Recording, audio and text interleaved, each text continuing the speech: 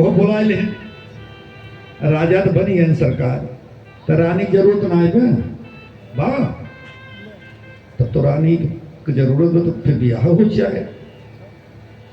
विदर्भ देश के राजा भीष्मक थे। भीष्मक के 5 पुत्र थे, एक पुत्री थी। बड़े बेटे का नाम था रुक्मी और बिटिया का नाम क्या था बेटा? तो रुक्मणी। अभी मैं कथा तो कर लूं, कथा के बाद रुक्मणी और द्वारिकाधीश आएंगे, बैठेंगे। ये सामान एक साइड में नीचे रख दिया जाएगा। यहीं पर बेटा परात ले आ लेना, लोटा ले आ लेना, आप लक्ष्मी नारायण को ले आना। यहीं पर रुक्मणी और कृष्ण बैठे रहेंगे, सामने उनकी पूजा होगी। अभी नहीं, अभी हम कथा कर लें, नहीं तो उसमें जब पूजा होती रहेगी ना, अरे पोपू जी हो, ये लोग जो है विवाह के गीत गाते रहेंगे। अब बहुत जल्द 10-15 मिनट में उसके बाद आरती हो जाएगी। पहले कथा हम पूरा कर लें, समेटेंगे बहुत जल्द। बड़े भक्त सल भगवान की जय हो। राजा भीष्मक के 5 पुत्र, एक कन्या, कन्या का नाम था रुक्मणी।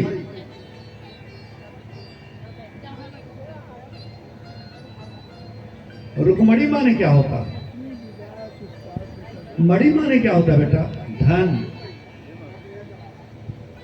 लोग कहा थे कमैया बहुत होता, रुकबई ना। मणि माने धन, रुक माने रुकना, रुक्मणी है लक्ष्मी। लक्ष्मी कई प्रकार के होते बिटिया लोग। लक्ष्मी, महालक्ष्मी, लक्ष्मी, अलक्ष्मी। महालक्ष्मी माने जो केवल केवल खून और पसीना की कमाई से आए हो, ईमानदारी से, वो जो आएंगी महालक्ष्मी हो। लक्ष्मी न्याय अन्याय कैसे हुआ हुए लक्ष्मी। अलक्ष्मी अन्याय से आवे, न्याय नहीं, अन्याय। अन्याय वो क्या है? अलक्ष्मी, अन्याय से। रुक्मणी और रुक्मी का मतलब जानते हो? मी माने मेरा, यानी दुनिया के जितना वैभव बा, जितना धन बा हमरन पास रहा है। रुक्मी अत्याचारी था, पापी था। रुक्मणी सयानी हो गई, विवाह के योग्य हो गई। अपने बहन की शादी शिशुपाल के साथ करना चाहता है। शिशुपाल माने जानते हो क्या? शिशु माने बच्चा, जो अपने बाल बच्चों के लालन पालन में जीवन भर लगा दे, वही शिशुपाल है। ऐ शिशु में पत्नी हुआ ये हो, बापा हुआ ये, महतारी हुआ ये। जब हम छुट्टी से जाए तो लोग पूछेंगे, आप अधिकारी लोग, पंडित जी बच्चे आ गए? तो बच्चे में केवल लड़के लड़की ना है सरकार, बच्चे आ गए तो उसमें पिता भी, माता भी, पत्नी भी सब आ जाते हैं। तो शिशुपाल अपने बाल बच्चों यानी अपने लोगों को पालने में दिन रात लगा रहे। न्याय अन्याय छल कपट से कैसे भी कमाई हो, वही शिशुपाल। रुक्मणी लक्ष्मी है। लक्ष्मी ऐसे के पास जाएंगी, ऐसे के पास टिकेंगी। अन्यान्योपार्जितम दर्भम द्रव्यम 10 वर्षाणि तिष्ठति प्राते चैक्या उसे दर्शे समूलम तद्विनश्यते। अन्याय का प्राप्त धन 10-12 साल तक रहा था, और क्या धीरे धीरे धीरे समूलम तद विनश्यते, इतना सुना। हालांकि राजा भीष्मक की इच्छा नहीं थी। राजा भीष्मक की इच्छा नहीं थी कि हम अपनी कन्या की शादी शिशुपाल से करें। रुक्मणी की मां का नाम था शुद्धमती। शुद्धमती माने जानते बेटा? है जिसकी मति शुद्ध हो, और जिसकी मति शुद्ध होगी वहीं लक्ष्मी आएंगी, जिसकी मति भ्रष्ट होगी वहां लक्ष्मी आएगी चली जाएगी। रुक्मणी लक्ष्मी है ना। रुक्मणी बहुत दुखी हो गई, बारात तो आने वाली है, हमार भैया का कहिया थे उस राक्षस के साथ ब्याह कर देगा। अच्छा, बाल विवाह होता था क्या पहले बेटा? हाँ, नहीं तोहरे पहले होता।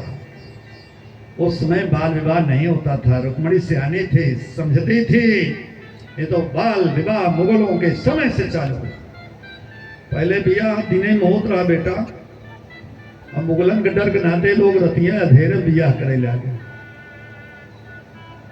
तो वह परंपरा बन गई। सयानी रुक्मणी स्वयं निर्णय लेने वाली, किसी का बाप, किसी का भाई, किसी शराबी कबाबी जुआरी के साथ अपनी बेटी अपनी बहन को दे।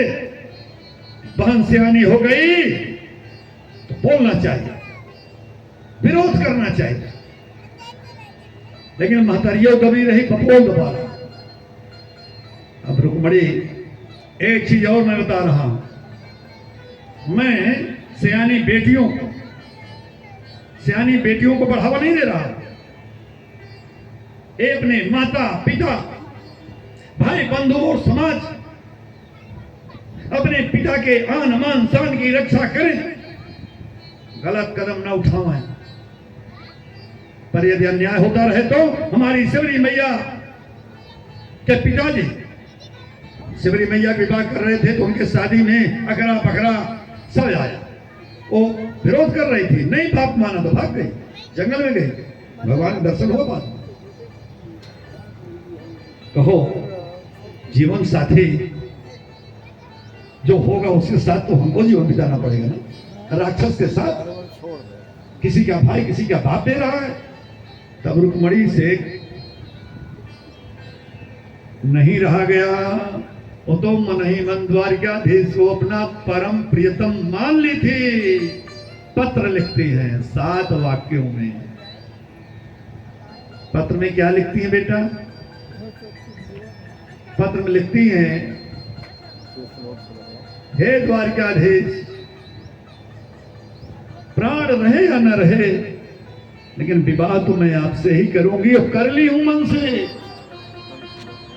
आप सोचते होंगे पत्र पढ़ेंगे, नहीं बेटा उसको रहने दो, बेटा रहने दो, वो भी बड़ा वो कुछ है, आपका पूर्वज है, इस रूप में आया है।